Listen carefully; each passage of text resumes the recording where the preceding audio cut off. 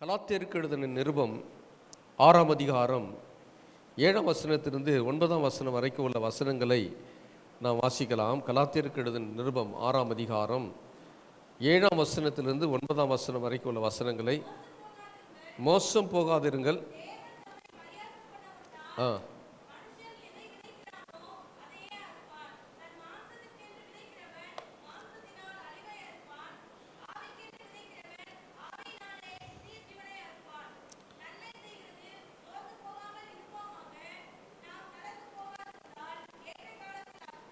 ஜெபம் பண்ணும். பரிசுத்தமுள்ள எங்கள் நல்ல தெய்வமே, இயேசுவே, இயேசுவின் நாமத்தினாலே இந்த ஆராதனையை வந்து உம்மை ஆராதிப்பதற்கு எங்களுக்கு கொடுத்த எல்லா கிருபை தயவிற்காக உமக்கு ஸ்தோத்திரம், நன்றி. ஆண்டவர், இப்பொழுதும் கூட என்னுடைய வார்த்தை கொண்டு எங்களோடு நீ பேசும். வல்லமையான வார்த்தை எங்களுக்குள்ளே கிரியை செய்யட்டும். இந்த வார்த்தைகளை எங்களை ஆசீர்வதிக்கட்டும். ஆண்டவரே, எங்கள் உணர்வுகளை தூண்டி எழுப்பி ஆண்டவர் இந்த வசனத்தின்படி நடக்கிற உத்தம மார்க்கத்தார்களாக எங்களை மாற்றி இந்த வசனங்களை ஆசீர்வதிப்பதாக. இந்த வார்த்தை கேட்கிற உங்களுடைய பிள்ளைகள் ஒவ்வொரு மேலும் உடைய கரம் இருக்கட்டும். நீர் மகிமைப்படும், ஆசீர்வதியும்.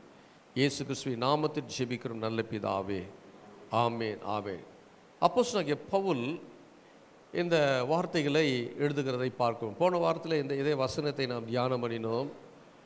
இன்றைக்கும் நாம் இந்த வசனத்தை இன்றைக்கும் நாம் இந்த வசனங்களை நாம் தியானம் செய்யலாம். வசனம் சொல்லுகிறது, மோசம் போகாதிருங்கள். நல்லா கவனிக்கணும், இந்த வசனங்களை கொஞ்சம் நல்லா கவனிக்கணும். இது நம்முடைய வாழ்க்கையோடு சம்பந்தப்பட்ட வார்த்தைகள். இது நம்ம வாழ்க்கைக்கும் இந்த வசனங்களுக்கும் தொடர்பு இருக்கிறது. அதனால தான் அப்போஸ்தலனாகிய பவுல் வாழ்க்கையிலே நடந்த காரியங்களை அவர் எழுதும் பொழுது, மோசம் போகாதிருங்கள், மனுஷன் எதை விதைக்கிறானோ அதை அறுப்பான்.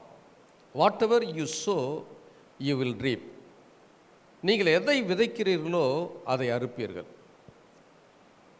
இங்கே மாம்சத்துக்கென்று விதைக்கிறவன் மாம்சத்தினாலே அழிவை அறுப்பான். மாம்சத்தினாலே நாம் செய்கிற ஒவ்வொரு காரியமும் பாருங்கள், மாம்சத்திலிருந்து வெளிப்படுகிற காரியங்கள் நமக்குள்ளே இருந்து வருகிறதான கோபங்கள், நமக்குள்ளே இருந்து வருகிறதான பாவத்தன்மைகள், நாம் செய்கிற அசுத்தமான காரியங்கள், இதெல்லாம் மாம்சத்துக்கு ஏற்றாற் போல அதற்கான நாம் விதைக்கிற விதைகள். ஒரு மனுஷன் பாவத்தில் அடிமைப்பட்டு அந்த பாவத்தோடு அவன் ஒன்றி இருப்பானால் அவன் விதைக்கிற விதை ஒரு நாள் கண்டிப்பாக அதற்கான பலனை அவன் அடைவான். அதனால தான் பாவத்தின் சம்பளம் மரணம் என்று வேதம் சொல்லுகிறது. இது அப்போஸ்தலனாகிய பவுலுடைய வாழ்க்கையில் ரட்சிக்கப்படுவதற்கு முன்பதாக அவர் எப்படி இருந்த பிற்பாடு அவர் என்னென்னலாம் செய்தாரோ அதை தன் வாழ்க்கையிலே அவர் பெற்றுக்கொண்டார். என்னெல்லாம் விதைத்தாரோ அதையெல்லாம் அவர் அறுத்தெடுத்தார் என்ற காரியத்தை குறித்து தான் இந்த கலாத்தியருக்கு எழுதும் பொழுது தன்னுடைய வாழ்க்கையின் அனுபவபூர்வமான காரியங்களை இங்கே எழுதி வைத்திருக்கிறதை பார்க்க முடியும். மாம்சத்துக்கென்று விதைக்கிறவன் தன் மாம்சத்தினாலே அவன் அழிவை அறுப்பான். சொல்லுவாங்க, பட்டயம் எடுத்தவன் பட்டயத்தினாலே அவன் சாவான்.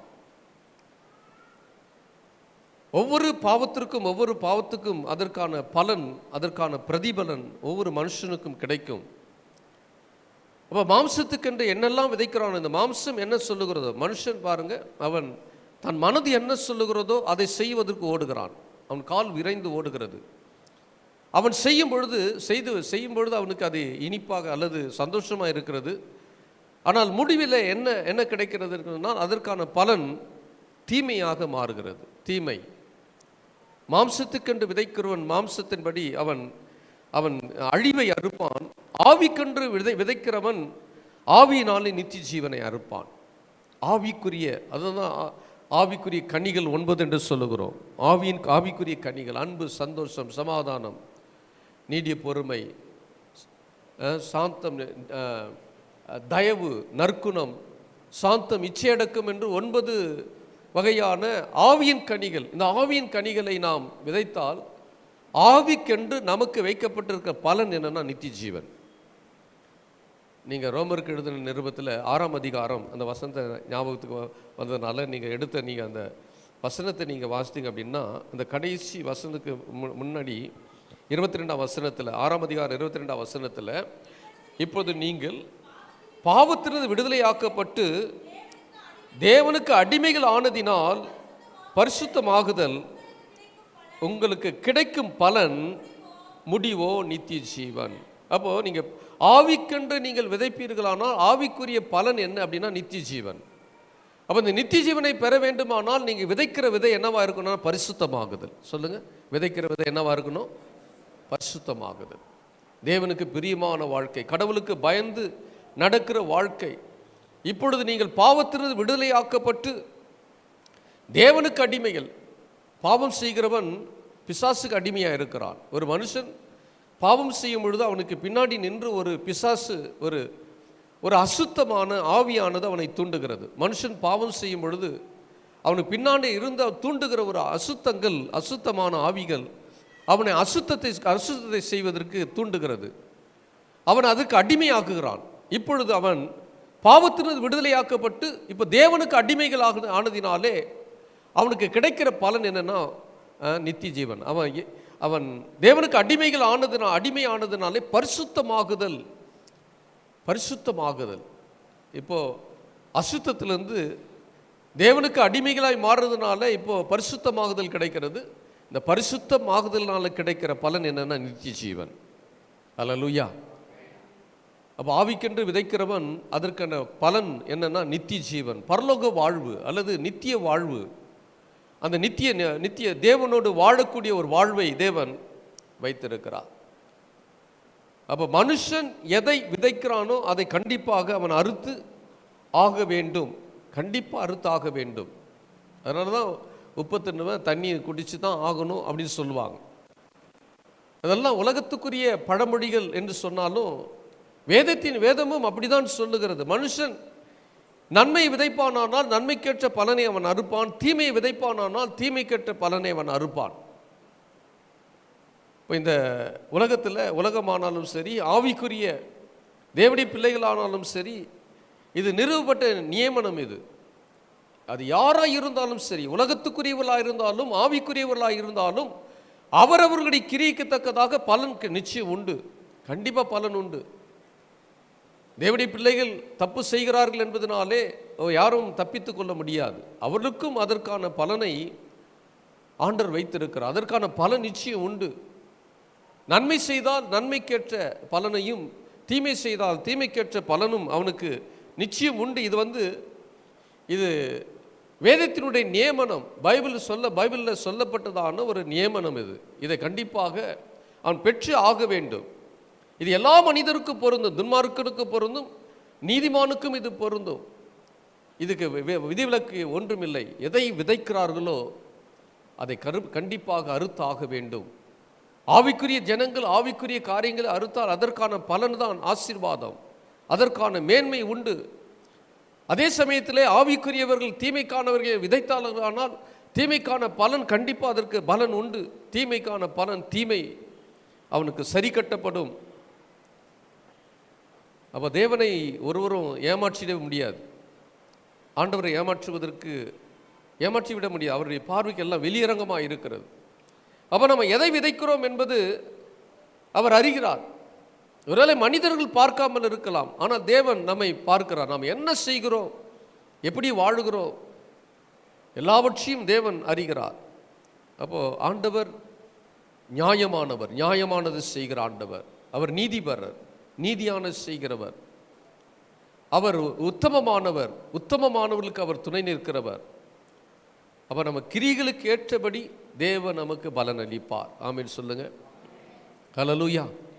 நம்ம கிரிகள் என்னவோ, நம்ம வாழ்க்கையின் மூலமாய் வெளிப்படுகிற செயல்கள் என்னவோ அதற்கேற்ற பலனை ஆண்டவர் ஒவ்வொருவருக்கும் ஆண்டவர் வைத்திருக்கிறார். அது உலகத்தில் இருக்கிற பாவம் செய்கிற மனிதனாக இருந்தாலும் துன்மார்க்கனாக இருந்தாலும் அவனுக்கேற்ற பலன் அவனுக்கு உண்டு. நாம் ஆவிக்குரியவர்களாக இருந்து நான் அவன் செய்கிறபடி பெரிய காரியங்கள் எல்லாம் செய்யவில்லை என்று சொன்னாலும், நம் தேவனுக்கு பிரியமில்லாத காரியத்தை செய்தாலும் அதற்கான பலனும் கண்டிப்பாக உண்டு. அதுக்கு மாற்று கருத்து ஒன்றுமே கிடையாது.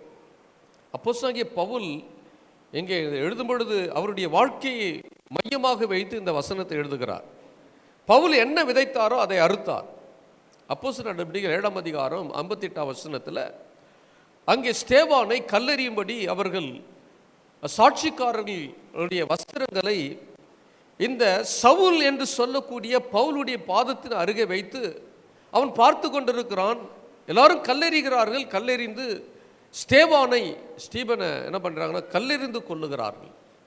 கல்லெறிந்து கொள்வதற்கு இந்த சவுல் என்று சொல்லக்கூடிய பவுல் அதற்கு காரணமாக இருந்தான். காரணமாக இருந்ததுனால நீங்கள் அப்போஸ்தலர் 14ஆம் அதிகாரத்துக்கு நீங்கள் வந்தீங்க அப்படின்னா, பவுல் என்ன செய்தானோ அது அவனுக்கு கொடுக்கப்பட்டது, அது நிறைவேற்றப்பட்டது. இந்த 14ஆம் அதிகாரம் 19ஆம் வசனத்தில் இப்பொழுது இந்த சவுல் ரட்சிக்கப்பட்டு இவன் ஒரு உண்மையான ஒரு மனம் திரும்புதலுக்குள்ளே வந்தாலும் அவன் என்ன செய்தானோ என்ன விதைத்தானோ விதைத்ததற்கான பலனை அவன் பெற்றான். எப்படி ஸ்தேவானை கல்லெறிந்து கொள்வதற்கு காரணமாக இந்த சவுல் இருந்தானோ அது அவனுக்கு இந்த 14ஆம் அதிகாரத்தில் வரும்பொழுது யூதர்கள் வந்து பவுலை கல்லெறிந்தார்கள். எப்படி ஸ்தேவானை கல்லெறிவதற்கு இவன் அனுமதி கொடுத்து அதை அவன் பார்த்து கொண்டிருந்தானோ அதை போல இந்த சவுலுக்கு அது நடந்தது. இந்த சவுல் என்று சொல்லக்கூடிய இந்த பவுல் ரட்சிக்கப்பட்டிருந்தாலும் இந்த பவுலை யூதர்கள் வந்து கல்லெறிந்தார்கள். 2 கொரிந்தியர் 11ஆம் அதிகாரம் 25ஆம் வசனத்தில் நான் ஒருமுறை கல்லெறி உண்டேன் என்று அவர் சாட்சியாக சொல்லுகிறார். பல பாடுகள் வந்தது. அந்த பாடுகளில் ஒன்று என்ன அப்படின்னா, பவுலுடைய வாழ்க்கையிலே வந்த அனுபவம் வந்து ஒரு முறை கல்லெறியப்பட்டேன் என்று தன் வாயினாலே சாட்சி சொல்லுகிறதை நாம் பார்க்க முடியும். நீங்கள் யோசித்து பார்த்தீங்க அப்படின்னா, கல்லெறியும் பொழுது ஸ்தேவான் துடித்து செத்திருப்பான். அப்படி தானே? துடித்து செத்திருப்பான். இதை பார்த்து இந்த பவுல் இதை பார்த்து ரசித்து இருப்பான். இவனுக்கு வேண்டும், இவனை கொல்லுவது நல்லது அப்படியெல்லாம் நினைச்சிருப்பான், பார்த்துட்டு இருந்திருப்பான். ஸ்தேவானின் மேலே கல் எறியும் பொழுது அது ரொம்ப கொடூரமான செயல். அது ரொம்ப வேதனையோடு தான் அவன் செத்திருப்பான். ஆனால் ஸ்தேவான் காலம் முடிந்தது. அவன் கல்லெறியப்பட்டு அவன் மரித்து போனாலும் தேவனோடு அவன் என்ன பண்ணிட்டான்? தேவனோடு ஐக்கியமாகி விட்டான் இந்த ஸ்தேவான். ஆனால் பவுல் உயிராக தான் இருக்கிறான். ஆனால் பவுலுக்கு இந்த ஸ்தேவானுக்கு என்ன செய்யப்பட்டதோ தீங்கு, அந்த தீங்கு அவனை தொடர்ந்து கொண்டு வந்தது. அதனால தான் அவர் சொல்கிறான், ஒரு முறை நான் கல்லெறியப்பட்டேன் என்று. இப்போ ஸ்தேவான் கல்லெறியப்பட்டு வாழ்க்கை முடிந்தது. ஆனால் பவுலுடைய வாழ்க்கை தொடர்ச்சி என்ன அப்படின்னா, அவன் செய்த தீங்கு அவனை பின்தொடர்ந்தது. அவன் வாழ்க்கையில் அது துவங்கியது. நாம் ஒருத்தருக்கு தீங்கு செய்துட்டோம் அப்படின்னா, ஒருவருக்கு தீங்கு செய்தோமானால் யாருக்கு தீங்கு செய்யப்படுகிறதோ, யார் அந்த தீங்கை அனுபவிக்கிறார்களோ அவர்களுக்கு அது கொஞ்ச நேரத்தில் மறைந்து விடும். ஆனால் யார் தீங்கு செய்ய மனதிலே அந்த தீர்மானம் பண்ணினார்களோ, யார் தீங்கு செய்வதற்கு அவர்கள் இருதயம் அவளை குறித்து அதை செய்தவர்களுக்கு அது வந்து அவர்களை தொடர்ந்து அது பற்றி பிடிக்கும். அவர்களை பின்தொடர்ந்து கொண்டே வரும். தீமை ஒரு பொழுதும் விடவே விடாது. அந்த தீங்குக்கான பலன் கண்டிப்பாக உண்டு. அப்போ ஒரு தீங்கு செய்தால் அது அவர்களுக்கு தீங்கு யார் அந்த தீங்கை பெற்றார்களோ அவளுக்கு அது முடிந்து விட்டது. அதோடு அந்த வலி போயிடுச்சு. ஆனால் யார் தீங்கு செய்தார்களோ அவளுக்கு வலி தொடங்குகிறது. அது தொடக்கம். அதுக்கு எப்போ முடிவுன்னு சொல்ல முடியாது. தொடர்ச்சியாக ஒருவேளை அந்த தீங்குக்கான பலனை அவர்கள் அனுபவித்து கொண்டிருக்க முடியும். மனுஷன் செய்த எல்லா பாவத்துக்கும் ஆண்டவர் மன்னிப்பு கொடுக்குறார். நீங்கள் நல்லா புரிஞ்சுக்கணும். நான் ஆண்டவரை அறிந்திருந்தும் ஏன் இந்த உபத்திரவம், ஏன் இந்த பிரச்சனை, ஏன் இந்த நெருக்கம், ஏன் இந்த இவ்வளோ பெரிய பாடுகளை நான் சகிக்கிறேன், ஏன் இந்த உபத்திரவங்கள் எனக்கு வருகிறது என்று ஒருவேளை எண்ணலாம். அப்படிப்பட்ட சூழ்நிலைகளிலே நீங்கள் எண்ண வேண்டியது என்ன தெரியுமா? ஆண்டவரே, இந்த தீங்கு வருவதற்கான காரணம் நானாக இருப்பேனோ, ஒருவேளை நான் செய்த தவறுகளினாலே இந்த உபத்திரவம் எனக்கு அனுமதிக்கப்பட்டதோ என்று நீங்கள் எண்ணுவீர்கள். ஆனால் நீங்கள் ஆவிக்குரியவர்கள். நிறைய பேர் இந்த தீங்கு வந்தவுடனே தங்கள் பழைய காரியங்களை மறந்து விடுகிறார்கள். பாருங்கள், ஒரு உதாரணத்துக்கு சொல்கிறேன் பாருங்க. ஒரு திருடன் மனம் திரும்பி வருவானானால், உதாரணமாக உங்கள் பக்கத்தில் அவன் வந்து உட்கார்றான்னு வைங்க. அவன் உண்மையாகவே மனம் திரும்பி இருந்தாலும் உங்கள் எண்ணம் என்னவா இருக்கும் அப்படின்னா, இவன் ஒரு திருடன். அப்படிதானா? அப்போ அப்படி அந்த பார்வையோடு பார்க்கும் பொழுது அந்த மனுஷன் மனம் திரும்பினவனா இருந்தாலும் என்ன நினைக்கணும் அப்படின்னா, முன்பு நான் செய்த பாவத்திற்காக இது என்னை பின்தொடர்ந்து வருகிறது, நான் என்ன செய்தனோ அது என்னை பின்தொடர்ந்து வருகிறது என்று சொல்லி அதை எப்படி பார்க்கணும் அப்படின்னா, தண்டனையாக அல்ல. அவன் அதை தண்டனையாக பார்க்காமல் தேவன் எனக்கு வைத்திருக்கிற சிக்ஷை என்று பார்ப்பானானால். ஒரு பையன் நல்லா குடிச்சிட்டு இது பண்ணுவான். அந்தப்போ அவன் திடீர்னு ஆலயத்துக்கு வராமல் போயிட்டான். ஏன் வரல அப்படின்னு கேட்டால் அவன் சொன்னான், பாஸ்டர் என்ன அந்த சகோதரர் மிந்தி பார்த்த மாதிரியே என்ன பண்ணுறாரு, பார்க்கிறார். நான் அவன்கிட்ட சொன்னேன், நீ நிரூபணம் பண்ணுகிற வரைக்கும் உன்னை குறித்து அப்படி தான் பேசி கொண்டு இருப்பார்கள். ஏன்னா முன்பு செய்தது உன்னை பின்தொடர்ந்து வருகிறது, இது சிக்ஷையாக எடுத்துக்கொள். ஏன்னா அப்படி தான் மனுஷனுடைய கண்கள் அப்படி தான் பார்க்கும். ஆண்டவர் அவன் பாவங்களை மன்னித்து அவனை நீதிமானாய் மாற்றினாலும் மனுஷனுடைய கண்களுக்கு முன்பாக சாட்சி ஏற்படுத்துவதற்கு கொஞ்சம் நாட்கள் ஆகும். அப்போ அவனுடைய பார்வை தவறான பார்வை என்று எண்ணி அவன் ஆண்டவர் விட்டு விலகி போவானால் அதுதான் அவன் செய்கிற பெரிய தவறு. ஆனால் அதே சமயத்தில் நான் இப்படி செய்தேன், அதனால தான் என்னை தவறான கண்ணோட்டத்தோடு பார்க்கிறார்கள், நான் இதை நிரூபிப்பேன், நான் இனி இந்த தவறுகளை செய்கிறதில்லை என்று நிரூபிக்கிற வரைக்கும் கொஞ்சம் நாட்கள் பிடிக்கும், கொஞ்சம் நாட்கள் ஆகும். அது வரைக்கும் காத்திருப்பானால் தேவன் அவனை கைவிடுவது இல்லை. அந்த பொறுமை இன்னைக்கு நிறைய கிறிஸ்தவர்களுக்கு இல்லை. நிறைய கிறிஸ்தவர்களுக்கு அந்த பொறுமை இல்லை. நான் முன்பு தவறு செய்ததுனால தான் என்னை தவறான கண்ணோட்டத்தோடு அவர்கள் பார்க்கிறார்கள். எனவே நான் தேவனுக்கு முன்பதாக உண்மையாய் இருந்து மனிதனுக்கு முன்பதாக உண்மையாய் காண்பித்து நான் என்னுடைய சாட்சியை நிலைநிறுத்துவேன் என்று எவன் நிற்கிறானோ அவன் தான் கடைசி வரைக்கும் ஆண்டவருக்காக வாழ முடியும். இல்லைன்னா அவன் ஏன் பின்மாற்றத்துக்கு போகிறான்னா இதான் பிரச்சனை. ஏன் அவன் ஆலயத்துக்கு வராமல் பின்மாற்றத்துக்கு நேராக போயிட்டான் அப்படின்னா இதான் பிரச்சனை. அவன் தன் தவறுகளை அவன் உணர்ந்து செயல்படுவதில்லை. நான் செய்ததுக்கான தவறுக்கான பலனை நான் அனுபவிக்கிறேன் என்ற எண்ணம் அவனுக்கு இல்லாததினாலே அவன் ஆண்டவரை விட்டு என்ன பண்ணிடுறான், தூரம் போய் விடுகிறான். இப்போ மனிதன் செய்த பாவத்துக்கு மன்னிப்பு உண்டு. நம்ம இந்த கவனினப்போ அந்த ஒரு வசனத்தை வாசித்தோம். 11ஆம் அதிகாரத்தில் 31ஆம் வசனம் 32ஆம் வசனத்தை நாம் வாசித்தோமானால் அதில் நம்மை நாமே நிதானித்தறிந்தால் நாம் நியாயம் தீர்க்கப்படும்.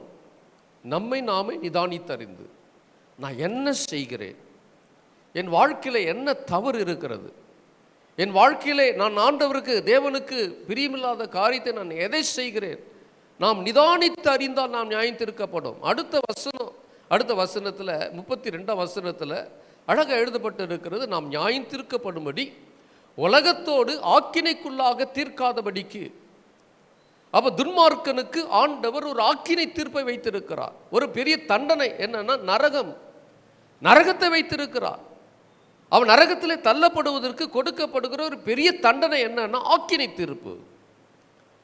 ஏன்னா அவன் தவறை ஒத்துக்கொள்ளவே மாட்டான். நீங்கள் பாருங்கள், தவறு செய்கிறவன் குடிக்கிறவனை கேட்டு பாருங்க, அவன் தன் தவறை ஒத்துக்க மாட்டான். நான் செய்கிறது என்னது தான் சரி. தவறு செய்கிறவனை கேட்டு பாருங்க, விபச்சாரம் பண்ணுகிறவனை கேட்டு பாருங்க, நான் ஒன்றும் பெரிய தப்பு பண்ணிடல, உலகத்தில் செய்யாத தவறையா நான் செய்துட்டேன் அப்படின்னு சொல்லக்கூடிய தன்னை திருப்திப்படுத்தி தன்னை அவனாக பேசுவதற்கான காரணம் என்ன அப்படின்னா அவன் தவறு அவனுக்கு தவறாக தெரியவில்லை. குடிக்கிறவனை பாருங்க, நான் ஒன்றும் பெரிய தப்பு செய்தில்லை, உலகத்தில் செய்யாததையா நான் செய்து விட்டேன் என்று அவன் சொல்லுவான் என்று சொன்னால் அவன் தன்னை என்ன பண்ணிக்கிறான்னா திருப்திப்படுத்தி கொள்ளுகிறான். இது ஒன்றும் பெரிய தவறு கிடையாது. லஞ்சம் வாங்குறவனை பாருங்க, இது ஒன்றும் பெரிய தவறு கிடையாதுங்க அப்படின்னு நினச்சிட்டு போகிறான். அவன் தவறு செய்கிறவர்கள், பாவத்தில் விழுந்து கிடக்கிறவர்கள், அதனால தான் அவங்களுக்கு ஆக்கினை தீர்ப்பு. என்னது அது? ஏன்னா அவங்களுக்கு மனம் திரும்ப மனம் இல்லை, பாவத்தை விட்டு வெளியே வருவதற்கு மனம் இல்லாமல் போனது, கர்த்தருக்கு பயப்படுகிற பயம் இல்லாமல் போனது, கர்த்தர் ஒரு பார்க்கிறார், என் தவறுகளுக்கெல்லாம் ஒரு தண்டனை வைத்திருக்கிறார் என்கிறதான பயம் இல்லாமல் போனதினாலே அவள் துன்மார்க்கமாய் வாழுகிறார்கள். அப்படிப்பட்டவர்களுக்கு நியாய தீர்ப்பு உண்டு, ஆக்கினை தீர்ப்பு உண்டு. அந்த ஆக்கினை தீர்ப்பு பயங்கரமானது. ஆக்கினி தீர்ப்பில் நாம் தீர்க்கப்படாதபடிக்கு நமக்கு வருகிற இந்த உபத்திரவங்கள், நாம் செய்ததான தவறுகளுக்கு வருகிறதான உபத்திரவங்களும் நெருக்கங்களும் பிரச்சனைகளும் நமக்கு வருகிறதான மன சஞ்சலங்களும் இது என்னன்னா நமக்கு சிக்ஷை. இது அல்லேலூயா. அதனால தான் வசனத்தை நல்லா கவனிக்கணும். நீங்கள் நம்ம ஆக்கினிக்குள்ளாக துன்மார்க்கரை போல ஆக்கினி தீர்ப்புக்கு உட்படாமல் இருப்பதற்கு கர்த்தரால் சிக்ஷிக்கப்படுகிறோம். ஆமென் சொல்லுங்க. நம்ம பிள்ளையை அடிக்கும் பிள்ளைகள் தவறு செய்துட்டான் அப்படின்னா, அப்பா கிட்ட காசு எடுத்துட்டான் அல்லது பொய் பேசிட்டான் அப்படின்னா, நாம் பிள்ளைகளை அடிக்கிறோம் என்று சொன்னால் சாகிறதுக்காக அடிக்கல, அவனை திருத்துவதற்காக அடிக்கிறோம். அப்படிதானா? அல்லேலூயா. சிக்ஷை என்பது அதுதான். சிக்ஷை ஆண்டவரிடத்திலிருந்து வருகிற சிக்ஷை அதுதான். பிள்ளைகளை எப்படி நாம் கண்டித்து திருத்துவதற்கு நாம் அடிக்கிறோமோ அதே போல ஆண்டவர் நம்மை சிக்ஷிக்கிறார், நாம் செய்கிற தவறுகளுக்கு சிக்ஷிக்கிறார். ஆனால் துன்மார்க்கனுக்கு அப்படி கிடையாது, சிக்ஷை கிடையாது, ஆக்கினி தீர்ப்பு. அவன் நரகத்துக்கு அனுப்பப்படுவதற்கு ஒப்பு கொடுக்கப்படுகிற தன்மைக்குள்ளாக தள்ளப்படுகிறான். அப்போ ஆண்டவர் நமக்கு ஒரு கொடுக்கிற சிக்ஷை, எப்பவுமே அந்த சிக்ஷை வரும் பொழுது பிள்ளைகளை அடிக்கும் பொழுது ஏன் அடிக்கிறோம் அப்படின்னா, இனி இந்த தப்பை என்ன பண்ணக்கூடாது, செய்யக்கூடாது. அடிக்கும் பொழுது சில அம்மாமாரோ அப்பாமாரோ என்ன பண்ணுவாங்கன்னா, இனிமேல் என் பாக்கெட்லேருந்து காசு அடிப்பியா, இந்த கை தானே எடுத்துச்சு, என்ன பண்ணுவாங்க, அடிப்பாங்க. கையை உடச்சி போடணுன்னு அடிக்கிறாங்களா, இல்லை பிள்ளை செத்து போகணுன்னு அடிக்கிறாங்களா, இல்லை, இனி இந்த தவறு என்ன பண்ணக்கூடாது, செய்யக்கூடாது. அடிக்கும் பொழுது பொய் பேசுவியா, இனி பொய் பேசுவியா அப்படின்னு என்ன பண்ணுறாங்க, அடிக்கிறாங்க. அந்த பிள்ளை சாகடிக்கிறதுக்கு இல்லை, அந்த பிள்ளைக்கு என்னது, உணர்வை கொடுப்பதற்கு அடிக்கிறார்கள். அதை போல தான் தேவனும் தம்முடைய பிள்ளைகளை கர்த்தர் சிக்ஷிக்கிறார். அல்லேலூயா. இதை நம்ம புரிஞ்சுக்கிட்டோம் அப்படின்னா நம்ம ஆவிக்குரிய நிலைமையிலே நம்ம ஆசீர்வதிக்கப்பட்டவர்களாய் மாறிடும். அல்லேலூயா. நமக்கு பணம் அவசியம், நமக்கு தேவைகள் அவசியம். நாம் உயர்ந்திருக்கணும், நல்ல மேன்மையாக இருக்கணும், ஆசீர்வாதமாக உயர்ந்திருக்கணும். நாம் ஈசாக்கை போல 100 மடங்கு ஆசீர்வாதங்களை பெறணும், ஆபிரகாமுக்கு உண்டான ஆசீர்வாதங்களை நாம் பெற்று அனுபவிக்கணும். இதெல்லாம் நமக்கு தேவைதான். இதை விட ஒரு மேன்மை என்ன அப்படின்னா, ஆவிக்குரிய ஆசீர்வாதங்களினாலே நாம் வளர வேண்டும், ஆவிக்குரிய ஆசீர்வாதங்களினாலே நிரப்பப்பட வேண்டும். அப்போ ஆண்டவர் சொல்லுங்க, எனக்கு சிக்ஷையை வச்சிருக்கிறார், இந்த சிக்ஷையை நான் சந்தோஷமாக ஏற்றுக்கொள்ள வேண்டும். அல்லேலூயா. நிறைய பேர் இந்த சிக்ஷைக்கு பயந்து ஓடிடுறாங்க. சிக்ஷைக்கு பயந்து ஓடுகிறவர்கள் நரக ஆக்கினிக்கு தீர்ப்புக்குள்ளே என்ன போயிடுவாங்க. இந்த உணர்த்துதல் நிறைய பேருக்கு இல்லாமல் போகிறது. அப்போ பாடுகள் வரும் பொழுது எதை விதைக்கிறேன் அதை நான் அறுக்கிறேன் என்று நினைப்படுத்த வேண்டும். பாடுகள் வரும் பொழுது நாம் அதை நினைத்து கொள்ளணும்.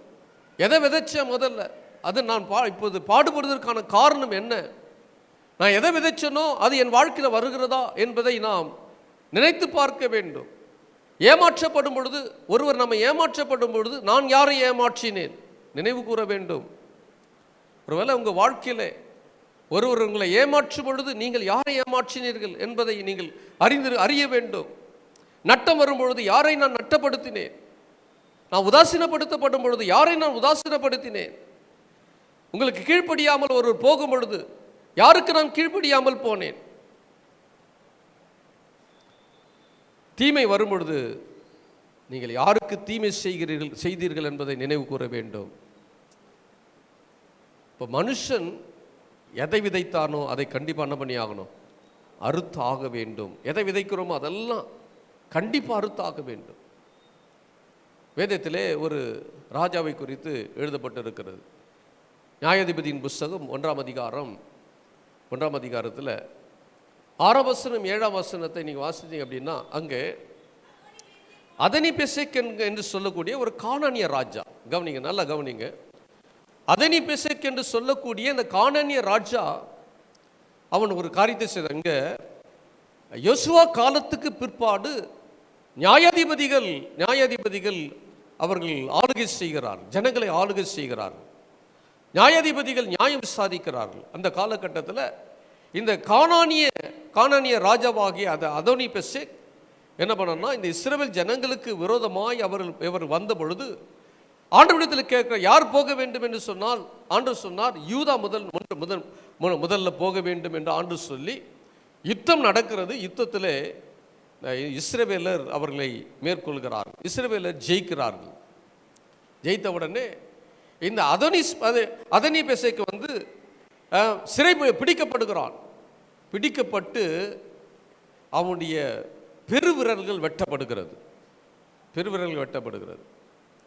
இந்த பெருவிரல் வெட்டப்பட்ட பிற்பாடு இந்த ராஜா அதுக்கப்புறம் செத்து போகிறான். செத்து போகிறதுக்கு முன்னாடி அவன் வாயில் கன்ஃபஸ் பண்ணது என்ன தெரியுமா? அந்த வசனத்தை வாசிங்க. 6ஆம்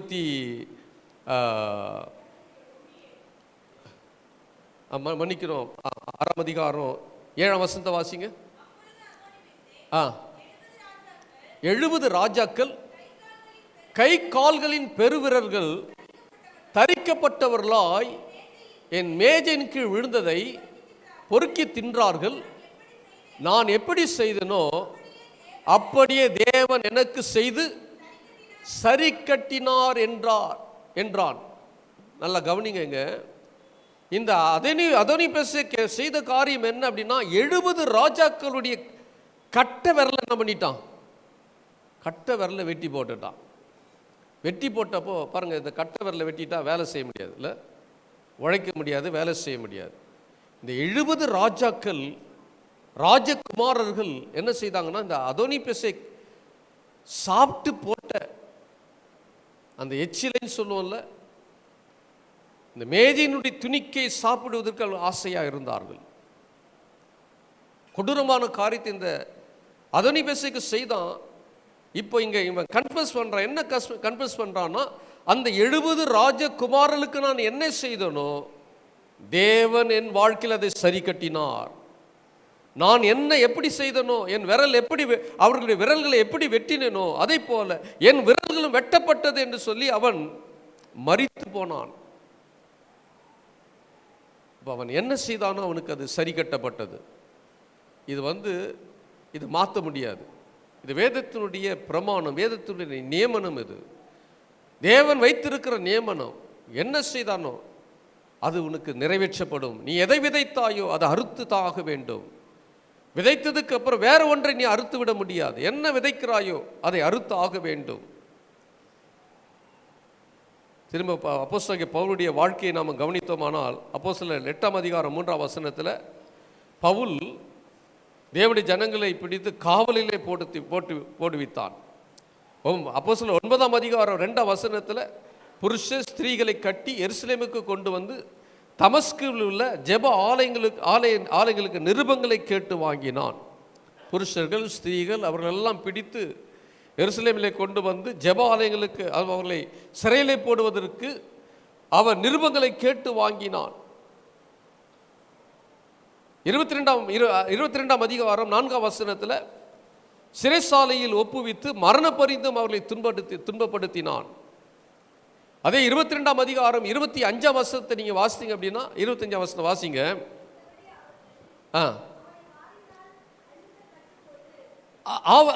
அவர்கள் அவனை வாரினால் அடித்து கட்டும் பொழுது பவுல் சமீபமாய் நின்ற 100க்கு அதிபதியை நோக்கி, ரோமனும் நியாயம் விசாரிக்கப்படாதவனுமாய் இருக்கிற மனுஷனை அடிக்கிறது உங்களுக்கு நியாயமா என்றான். அவன் என்ன செய்தானோ, எப்படி அவன் சிறைசாலையிலே போட்டு அவன் கொடுமைப்படுத்தினானோ அடித்தானோ அதை போல இவனும் அடிக்கப்பட்டான், சிறைசாலையில் போடப்பட்டு. பவுல் அதனால தான் நீங்கள் அவனுடைய அனுபவத்திலிருந்து இந்த வசனத்தை எழுதுகிறார். கலாத்தியருக்கு எழுதும் பொழுது, நான் என்ன செய்தனோ அது எனக்கு செய்யப்பட்டது, நான் என்ன விதைத்தனோ அதனுடைய பலனை நான் அறுத்தேன்.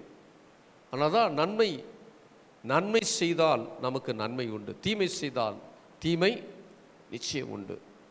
தீமைக்கு பலன் கண்டிப்பாக உண்டு. ஆண்டவர் நமக்கு என்ன நாம் நன்மை செய்கிறோமோ, ஒருவேளை நீங்கள் யோசிக்கலாம், நான் நன்மை செய்து எனக்கு பலன் இல்லை அப்படின்னு யோசிக்கலாம். காயின் தன் சகோதரனாகிய ஆபேலை கொன்ற பொழுது நன்மை செய்தும் அது என்ன மேன்மை, நன்மை செய்து மேன்மை இல்லையோ? ஆண்டு சொல்றார், நன்மை செய்யாதிருந்தால் பாவம் வாசற்படியிலே படுத்திருக்கும். ஹல்லேலூயா. நீ நன்மை செய்யாமல் போவாயானால் உனக்கு பாவம் உன் வாசற்படியிலே படுத்திருக்கும். நன்மை செய்வோமானால் நன்மைக்கான பலன் நிச்சயம் உண்டு. நன்மை செய்வோமானால் நன்மைக்கான பலனை நிச்சயம் நம்ம அறுத்து நம்ம ஆசீர்வதிக்கப்படுவோம். ஆனால் அதே சமயத்தில் தீமை செய்வோமானால் தீமைக்கான பலன் கண்டிப்பாக உண்டு. நீங்கள் தீமை செய்கிறவங்களுக்கு நீங்கள் தீமை செய்யாமல் நீங்கள் அமைதியாக இருப்பீர்களானால் உங்களுக்கு ஒரு வாக்குத்தத்தம் உண்டு. என்ன வாக்குத்தத்தம்னா, பழி வாங்குதல் எனக்குரியது. ஆண்டவர் சொல்றார், பழி வாங்குதல் எனக்குரியது, பழி வாங்குதல் எனக்குரியது. நானே பதில் செய்வேன், ஆண்டவர் பதில் செய்வார். ஒருவர் நமக்கு தீங்கு செய்து நாம் அமைதியாய் நாம் காத்திருப்போமானால் ஆண்டவர் பதில் செய்வார். தான் நமக்கு கொடுக்கப்பட்ட வாக்கு தத்தம். நாம் என்ன பண்ணுறோம் அப்படின்னா அவசரப்பட்டுறோம். அவன் தீங்கு செய்தான். என்றைக்கோ 10 வருஷத்துக்கு முன்னாடி பேசுனா, 10 வருஷத்துக்கு முன்னாடி பேசுனத இப்போ 10 வருஷத்துக்கு அப்புறம் அவனை பார்க்குறேன். அவனை பார்த்த உடனே சுருன்னு என்ன பண்ணிச்சு, மூக்குக்கு மேலே என்ன வந்துச்சு, கோபம் வந்துடுச்சு. அது ஞாபகத்துக்கு வந்துச்சு. அவனை பார்த்து நாக்கு பிடுங்குற மாதிரி 4 வார்த்தை என்ன பண்ணிட்டேன், நான் கேட்டுட்டேன். எப்போ? 10 வருஷத்துக்கு அப்புறம்.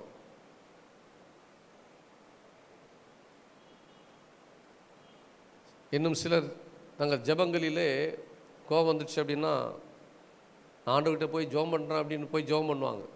நல்லா சோத்திரம் பண்ணி ஜெபம்லாம் பண்ணிவிட்டு, ஆண்டவரே இவனை ஆசீர்வதியும் ஆண்டவரே அப்படின்னா என்ன அர்த்தம்? ஆசீர்வதிக்கிற மாதிரி ஒரு சாபம். அப்படியே கோபத்திலேருந்து வர ஜெபம் அது. ஆண்டவர் அவனை ஆசீர்வதிங்க அப்படின்னு சொல்லிட்டு போகிறத விட்டுட்டு அவனை ஆசீர்வதிங்க அப்படின்னா என்ன அர்த்தம்? கோபமாக சொல்கிற வார்த்தை என்னது? அது அவனுக்கு போடுற உள்ளத்தில் கோபம் இருக்குது. அதனால தான் அவன் மேலே அவ்வளோ கோபமாக என்ன பண்ணுது. ஆசீர்வாதமும் எப்படி தான் வருது? சத்தமாக வருது. அப்போ நீங்கள் நன்மை செய்வீர்களானால், நீங்கள் யோசித்து பாருங்கள். ஒரு ஏழைக்கு நீங்கள் உதவி செய்வீங்க அப்படின்னா நீங்கள் செய்கிற நன்மை. ஒரு ஏழை, அதான் சொல்லுவாங்க, ஏழையின் சிரிப்பில் யாரை காணலாம்? இறைவனை காணலாம் அப்படின்னு சொல்லுவாங்க. ஏழையின் சிரிப்பிலே இறைவனை காணலாம். ஒரு ஏழைக்கு நீங்கள் உதவி செய்வீங்கன்னா அது நன்மை. அவன் சந்தோஷப்படும் பொழுது நீங்கள் சந்தோஷத்தை அறுக்க முடியும். சந்தோஷத்தை விதைச்சோம் அப்படின்னா சந்தோஷம் என்ன பண்ணுவோம், நமக்கு அறுக்கப்படும். நாம் ஒரு மனுஷனுக்கு விசனத்தை அல்லது அவனுடைய இருதயத்தில் சஞ்சலத்தை நாம் விதைத்தோமானால் நமக்கும் அந்த சஞ்சலம் என்ன பண்ணும், வரும். சஞ்சலத்தை கண்டிப்பாக அறுத்து ஆக வேண்டும். இந்த கலாத்தியர் 6ஆம் அதிகாரத்தில் இந்த கடைசி வசனத்தை வாசிங்க அப்படின்னா, 10ஆம் வசனத்தை வாசிங்க. ஆகையால் நமக்கு கிடைக்கும் சமயத்துக்கு தக்கதாக யாவருக்கு விசேஷமாக விசுவாச குடும்பத்தாருக்கு நன்மை செய்ய கடவோம். ஹல்லேலூயா. நமக்கு நன்மை செய்ய திராணி இருக்கும் பொழுது செய்யத்தக்கவளுக்கு அதை செய்யாமல் இருந்துடக்கூடாது. அப்போ நமக்கு கிடைக்கும் சமயத்துக்கு தக்கதாக யாவருக்கும் விசேஷமாக விசுவாச குடும்பத்தார் யாவருக்கும் நன்மை செய்ய கடவோம். இப்போ நன்மை செய்ய நம்ம பழகிட்டோம் அப்படின்னா நமக்கு நன்மை அறுத்தெடுப்பதற்கு தேவன் நமக்கு உதவி செய்வார்.